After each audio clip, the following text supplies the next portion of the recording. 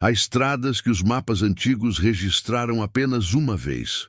Depois, como se tivessem vergonha do próprio traçado, os cartógrafos passaram a evitá-las, desviando as linhas para outros caminhos, deixando aquele risco fino desaparecer entre as manchas amareladas do papel. A estrada do Córrego Seco era uma dessas.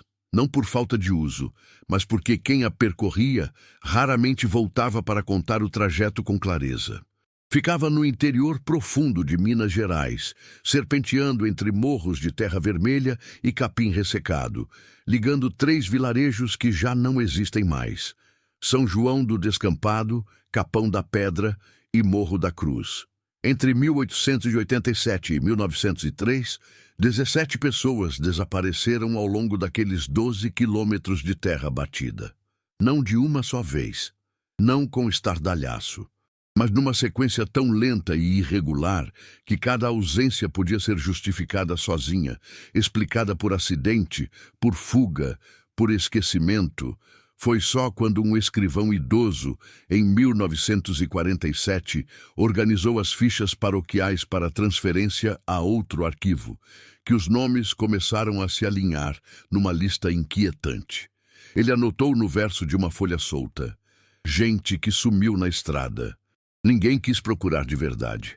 A primeira ausência registrada foi a de Tobias Ferreira Guedes, lavrador de 42 anos, casado, pai de 5 filhos.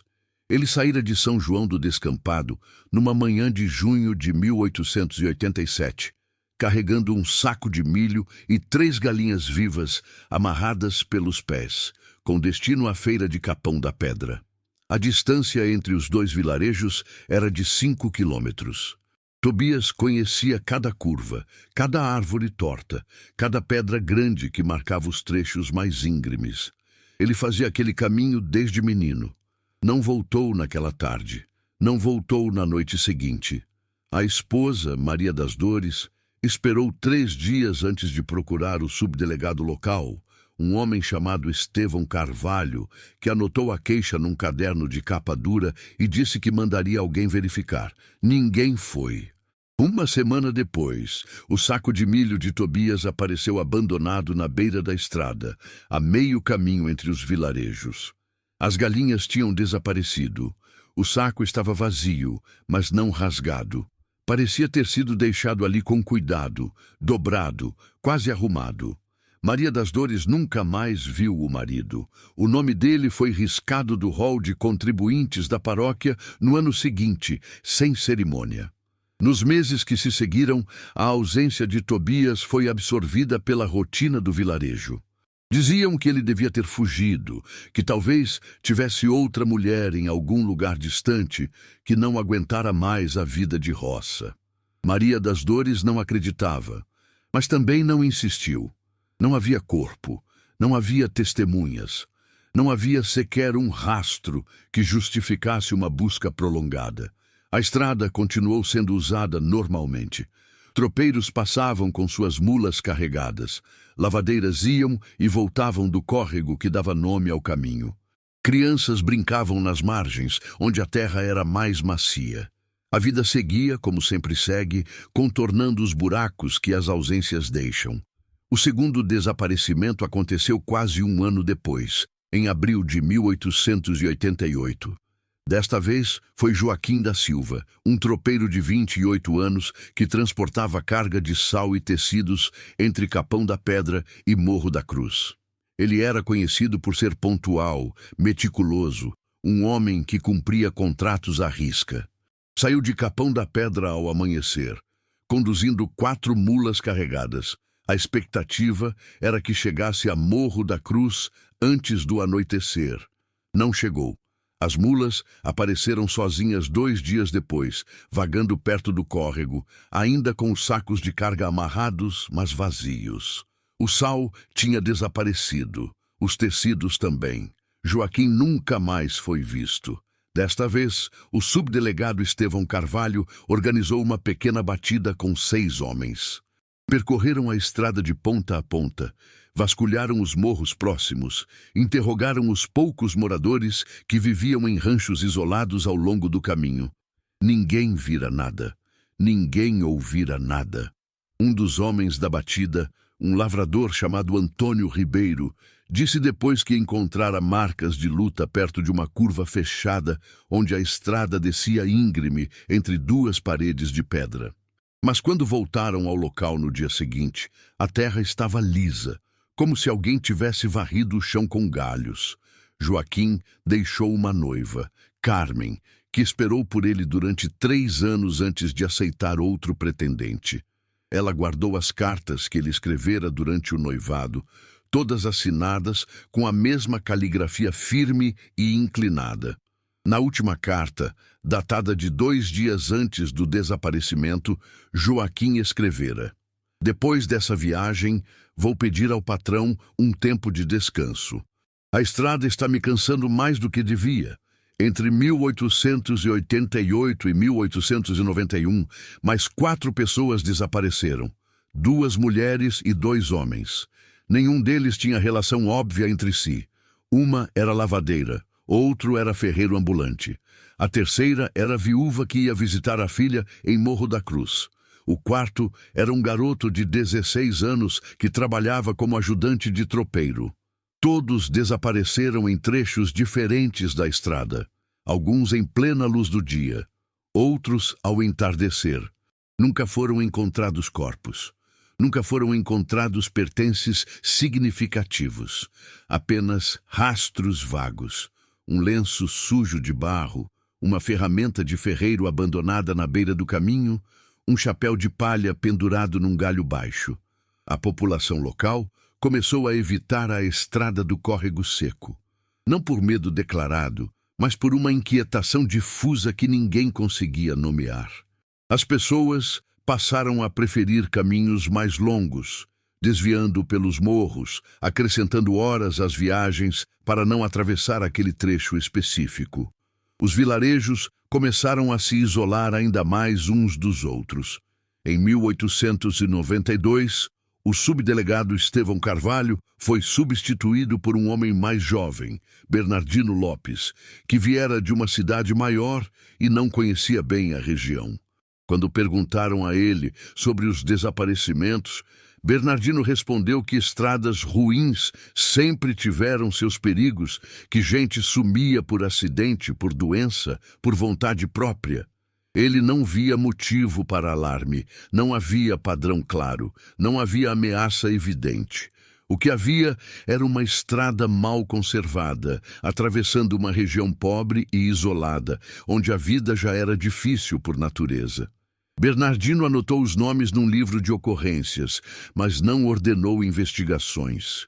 Disse que não tinha homens suficientes, que não havia verbas, que o governo provincial tinha preocupações maiores. A estrada foi ficando mais vazia. Os poucos que ainda a usavam caminhavam rápido, em silêncio, olhando para os lados.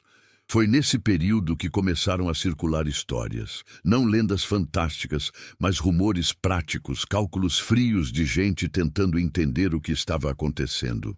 Diziam que havia uma quadrilha operando na região, assaltando viajantes e escondendo os corpos em alguma gruta profunda nos morros. Diziam que um fazendeiro poderoso, que ninguém ousava nomear, estava expulsando poceiros e eliminando testemunhas. Diziam que a estrada cruzava terras em disputa e que os desaparecimentos eram avisos para quem insistisse em passar por ali. Diziam que um grupo de homens armados vigiava o caminho, trabalhando para alguém com dinheiro e influência. Nenhuma dessas histórias foi confirmada.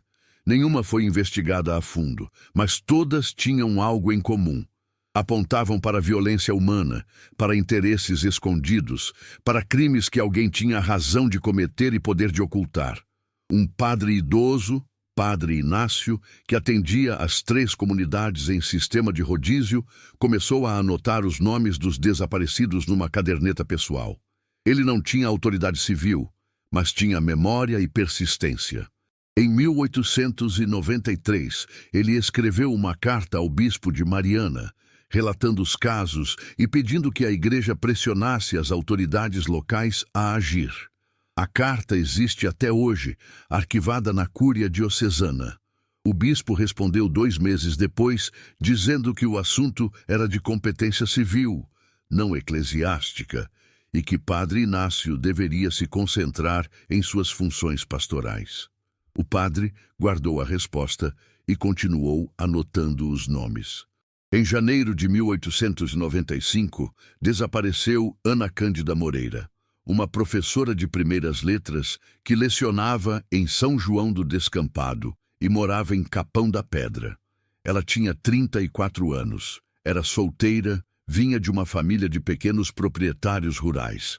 Ana Cândida era conhecida por sua obstinação, por não aceitar respostas vagas, por insistir em explicações. Quando começaram os desaparecimentos, ela passou a fazer perguntas. Conversava com familiares das vítimas, anotava datas, perguntava sobre possíveis conexões. Numa carta enviada a uma prima que morava em Ouro Preto, Ana Cândida escreveu: "Há algo errado nesta estrada. Não é acidente, não é acaso. Alguém sabe e não está falando." A carta foi encontrada anos depois, no espólio da prima, após a morte dela. Ana Cândida desapareceu numa tarde de quinta-feira, caminhando de volta para casa depois das aulas. Levava uma sacola de livros e uma sombrinha de tecido azul. A sombrinha foi encontrada dias depois, intacta, dobrada com cuidado, encostada numa cerca de arame farpado a cerca de 3 quilômetros do vilarejo. Os livros nunca apareceram. Ana Cândida nunca mais foi vista. O desaparecimento dela causou comoção maior do que os anteriores. Ana Cândida tinha nome, tinha família com alguma influência local, tinha profissão respeitada. Seu irmão, Augusto Moreira, exigiu que o subdelegado Bernardino Lopes organizasse uma busca séria. Bernardino reuniu 20 homens e vasculhou a região durante 5 dias. Encontraram marcas de pegadas perto do local onde a sombrinha fora abandonada. Mas as marcas se perdiam na terra dura e pedregosa logo adiante. Um dos homens disse ter visto sinais de que alguém tivera sido arrastado, mas Bernardino descartou a observação, dizendo que marcas assim podiam ser de animais. A busca foi encerrada sem conclusões. Augusto Moreira não aceitou o resultado. Ele começou sua própria investigação, conversando com moradores, oferecendo recompensas por informações. Ninguém falou, ou ninguém sabia, ou ninguém ousava saber. Entre 1895 e 1899, mais 6 pessoas desapareceram. A estrada já era praticamente deserta. Os vilarejos começaram a definhar. Comércios fecharam. Famílias se mudaram.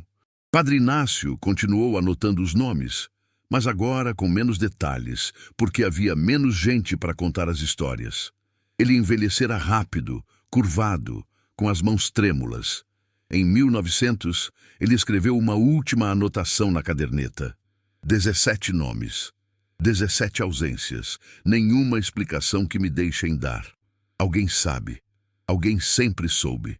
Padre Inácio morreu em 1902, de causas naturais, segundo o registro de óbito. Sua caderneta passou para o novo padre, Padre Simão, um homem jovem que não conhecia a história completa. Padre Simão leu as anotações com curiosidade, mas não sabia o que fazer com elas. Guardou a caderneta numa gaveta da sacristia e não tocou mais no assunto. O último desaparecimento registrado aconteceu em março de 1903. Mateus Cardoso, um comerciante de tecidos de 35 anos, viajava de Morro da Cruz para São João do Descampado. Ele levava uma carroça puxada por 2 cavalos, carregada com mercadorias. Mateus não era da região, viera de uma cidade maior, Diamantina, e não conhecia bem a reputação da estrada. Parou num rancho isolado para pedir água e descanso. O dono do rancho, um homem chamado Zé das Dores, aconselhou Mateus a não seguir pela estrada do córrego seco, a tomar o caminho mais longo pelos morros. Mateus agradeceu, mas disse que tinha pressa, que precisava chegar antes do anoitecer. Zé das Dores insistiu. Mateus não deu ouvidos. Partiu sozinho, conduzindo a carroça estrada abaixo. A carroça foi encontrada 3 dias depois, tombada numa vala lateral com uma roda quebrada. Os cavalos tinham desaparecido. As mercadorias tinham desaparecido. Mateus tinha desaparecido. Não havia sinais de luta visível, mas a carroça estava posicionada de forma estranha, como se tivesse sido empurrada de propósito para fora do caminho. Zé das Dores foi interrogado pelo subdelegado. Ele repetiu a história. Aconselhou Mateus a não ir. Mateus não ouviu, seguiu sozinho. Zé das Dores parecia nervoso durante o interrogatório, mas não foi considerado suspeito. Bernardino Lopes registrou o caso como acidente de viagem com roubo posterior por pessoa desconhecida. A investigação foi encerrada em menos de uma semana. Depois de Mateus, ninguém mais desapareceu na estrada do Córrego Seco. Não porque a estrada tivesse ficado segura, mas porque ninguém mais a usava. Os vilarejos de São João do Descampado, Capão da Pedra e Morro da Cruz foram progressivamente abandonados. As casas desabaram. As plantações foram retomadas pelo mato. A estrada foi sendo apagada pela erosão, pelas chuvas, pelo crescimento da vegetação. Em 1920, um mapa regional já não a mencionava mais. Os moradores que restavam na região evitavam falar sobre ela. Quando alguém de fora perguntava, respondiam de forma vaga. Era uma estrada ruim, perigosa, velha, nada mais. A caderneta de Padre Inácio ficou esquecida na sacristia por décadas. Em 1947, quando a velha igreja de São João do Descampado foi demolida para dar lugar a uma estrada nova, um escrivão chamado Lúcio Tavares encontrou a caderneta entre escombros e documentos empoeirados. Lúcio era um homem meticuloso, fascinado por história local. Ele leu as anotações do padre com crescente inquietação. 17 nomes. 17 ausências concentradas em 16 anos, todas na mesma estrada. Lúcio começou a buscar registros complementares, livros paroquiais, arquivos de cartório, anotações de delegacias antigas. Encontrou confirmações para 14 dos 17 nomes. 3 não tinham registro algum, como se nunca tivessem existido oficialmente. Lúcio tentou entrevistar sobreviventes, pessoas que tivessem vivido na região durante aquele período. Encontrou poucos. A maioria era idosa, com memória fragmentada. Mas alguns se lembravam. Um velho lavrador, Sebastião Antunes, então com 82 anos, contou que, quando jovem, ouvira rumores sobre um grupo de homens armados que limpavam a estrada, a mando de um fazendeiro poderoso. Sebastião não sabia o nome do fazendeiro. Ninguém sabia, ou ninguém queria dizer. Ele mencionou que alguns tropeiros falavam em pedágio forçado. Quem passava pela estrada e não pagava, desaparecia. Mas Sebastião nunca vira nada com os próprios olhos. Era só o que se ouvia, tarde da noite, em conversas de bar. Outra testemunha, uma mulher chamada Luzia, viúva de um dos homens que participara das buscas em 1895, disse que o marido nunca falara diretamente sobre o que vira durante as buscas, mas que voltara diferente, calado, assustado.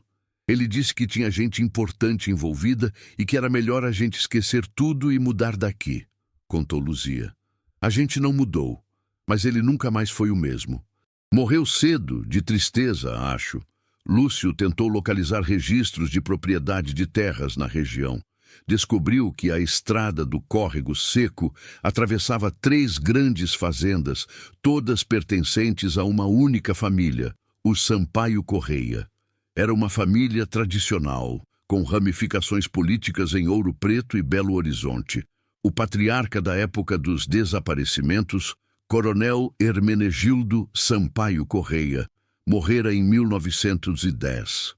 Seus descendentes ainda eram influentes na região. Lúcio tentou acessar os arquivos privados da família, mas foi educadamente recusado. Um dos netos do coronel, um advogado chamado Doutor Afrânio, disse a Lúcio que os desaparecimentos eram lendas exageradas e que pessoas sempre sumiram em estradas ruins. Não há mistério nisso. Lúcio escreveu um artigo para um jornal regional, em 1948, relatando os desaparecimentos e levantando a hipótese de que crimes organizados haviam sido cometidos com conivência ou participação de autoridades locais. O artigo foi publicado, mas não gerou repercussão significativa. Na semana seguinte, Lúcio recebeu uma visita de dois homens bem vestidos, que se apresentaram como advogados da família Sampaio Correia. Eles não ameaçaram Lúcio diretamente, mas deixaram claro que qualquer nova publicação contendo insinuações difamatórias seria tratada judicialmente. Lúcio não publicou mais nada sobre o assunto. Guardou suas anotações e a caderneta de Padre Inácio numa caixa de papelão que permaneceu fechada até sua morte em 1963. A verdade sobre a estrada do Córrego Seco provavelmente morreu com os homens que a conheciam. Não houve confissões, não houve documentos reveladores, não houve julgamentos. O que restou foram suposições, fragmentos de memória, histórias contadas pela metade. Alguns pesquisadores locais, décadas depois, tentaram reconstruir os eventos. A teoria mais aceita, embora jamais provada, envolve o coronel Hermenegildo e um esquema de controle territorial violento. Durante o final do século XIX, a região era disputada por poceiros, pequenos proprietários e grandes fazendeiros. A estrada do Córrego Seco era rota de escoamento de produtos e passagem obrigatória para quem precisava transitar entre os vilarejos. Controlar a estrada significava controlar a economia local. Hermenegildo teria empregado um grupo de capangas, chamados localmente de os Cabras do Coronel, para intimidar, expulsar e eliminar quem ameaçasse seus interesses. Os desaparecimentos não teriam sido aleatórios, mas seletivos. Pessoas que insistiam em usar a estrada sem pagar tributo, que testemunhavam negócios ilícitos, que faziam perguntas incômodas, que representavam riscos. Essa teoria explicaria vários elementos: a ausência de corpos, enterrados em local secreto ou jogados em poços profundos nos morros, a inércia das autoridades, subdelegados provavelmente comprados ou ameaçados, o silêncio dos moradores, medo de retaliação, o fim abrupto dos desaparecimentos em 1903, talvez uma mudança de estratégia do coronel, ou simplesmente porque a estrada já estava deserta e não valia mais o esforço de controle. Mas não há documentos que comprovem. Não há testemunho direto. Não há nada além de indícios e silêncios. Hoje, a estrada do Córrego Seco não existe mais como caminho transitável. O traçado antigo pode ser identificado em mapas históricos, mas no terreno real desapareceu sob pastagens, plantações de eucalipto e loteamentos recentes. Os três vilarejos, São João do Descampado, Capão da Pedra e Morro da Cruz, viraram distritos pequenos ou nem isso. Restam algumas casas antigas, desabitadas, muros de pedra corroídos pelo tempo. O córrego que dava nome à estrada secou definitivamente nos anos 1970, durante uma grande estiagem. Onde antes havia água corrente, hoje há apenas um leito seco de pedras e areia. Poucos na região conhecem a história completa dos desaparecimentos. Para a maioria, é apenas uma vaga lembrança de algo ruim que aconteceu muito tempo atrás. Os nomes das vítimas estão esquecidos, exceto nos registros paroquiais empoeirados e nas anotações de Lúcio Tavares, que foram doadas por sua viúva ao Arquivo Municipal de Diamantina em 1965.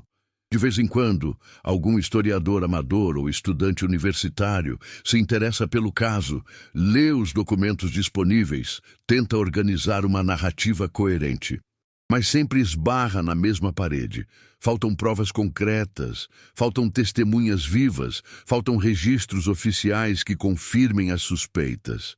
O que sobra é a sensação de que algo terrível aconteceu ali, algo que foi acobertado com eficiência, algo que uma comunidade inteira preferiu esquecer. A última pessoa a investigar o caso com alguma profundidade foi uma jornalista chamada Helena Pires, em 1992. Ela estava fazendo uma série de reportagens sobre crimes não resolvidos do interior mineiro. Helena entrevistou descendentes das vítimas, consultou arquivos, visitou os locais onde ficavam os vilarejos antigos. Encontrou pouca coisa nova, mas conseguiu uma entrevista rara com uma bisneta do coronel Hermenegildo, uma senhora de 70 anos chamada Dona Clotilde. Dona Clotilde morava numa fazenda isolada, rodeada de funcionários silenciosos e cães de guarda. Ela recebeu Helena com educação fria. Quando questionada sobre os desaparecimentos, Dona Clotilde disse: "Meu bisavô era um homem duro, mas justo. Ele construiu tudo o que temos. A estrada era perigosa, bandidos operavam por lá. As pessoas culpam os ricos por tudo que dá errado. É sempre assim." Helena insistiu. Perguntou sobre os cabras do coronel. Dona Clotilde ficou em silêncio por um longo momento, depois respondeu: "Toda fazenda grande tinha homens armados naquela época. Era necessário. Não significa que fizessem coisas ruins. Significa que protegiam o que era nosso." A reportagem de Helena foi publicada num jornal regional, mas não teve grande circulação. Ela tentou levar o assunto para veículos maiores, mas não houve interesse. Os crimes eram antigos demais, os envolvidos estavam mortos. Não havia dimensão política ou sensacionalismo suficiente para justificar investimento editorial. Helena arquivou suas anotações e seguiu para outras pautas. Existe um cemitério pequeno, quase esquecido, numa elevação de terra entre o que antes era Capão da Pedra e São João do Descampado. É um cemitério rural, cercado por arame enferrujado, com cruzes de madeira apodrecida e algumas lápides de pedra rachada. Muitas sepulturas não têm identificação, algumas têm apenas iniciais. Há 3 lápides com datas da década de 1890, sem nome, apenas a inscrição: "Desconhecido." Que Deus o tenha! Um pesquisador local em 2003 sugeriu que poderiam ser vítimas da estrada enterradas sem identificação porque ninguém reclamou os corpos ou porque não se quis registrar as mortes oficialmente. A sugestão nunca foi confirmada. As lápides continuam lá, anônimas, cobertas de líquen e musgo. Em 2010, durante obras de pavimentação de uma estrada nova que passava próxima ao traçado antigo da estrada do Córrego Seco, operários encontraram ossadas humanas enterradas a cerca de 2 metros de profundidade, numa área de morro. Eram restos de pelo menos 3 pessoas, segundo a análise preliminar da polícia. Os ossos estavam misturados, sem roupas preservadas, sem objetos pessoais. A perícia estimou que tinham mais de 100 anos. O caso foi registrado como achado arqueológico e os ossos foram encaminhados para a Universidade Federal mais próxima, onde ficaram guardados, aguardando análise detalhada. A análise nunca foi feita por falta de orçamento. Os ossos permanecem numa caixa de papelão, numa prateleira de depósito universitário, etiquetados apenas como ossadas antigas, origem indeterminada, estrada rural, 2010. Não há monumento, não há placa, não há memorial. A estrada do Córrego Seco é apenas um nome em documentos velhos, uma linha apagada em mapas antigos, uma história que sobrevive na memória fragmentada de meia dúzia de pessoas idosas e nos arquivos empoeirados de pequenas cidades do interior. As 17 pessoas que desapareceram ali entre 1887 e 1903 são apenas nomes numa lista, anotados pela caligrafia trêmula de um padre idoso que morreu há mais de 100 anos.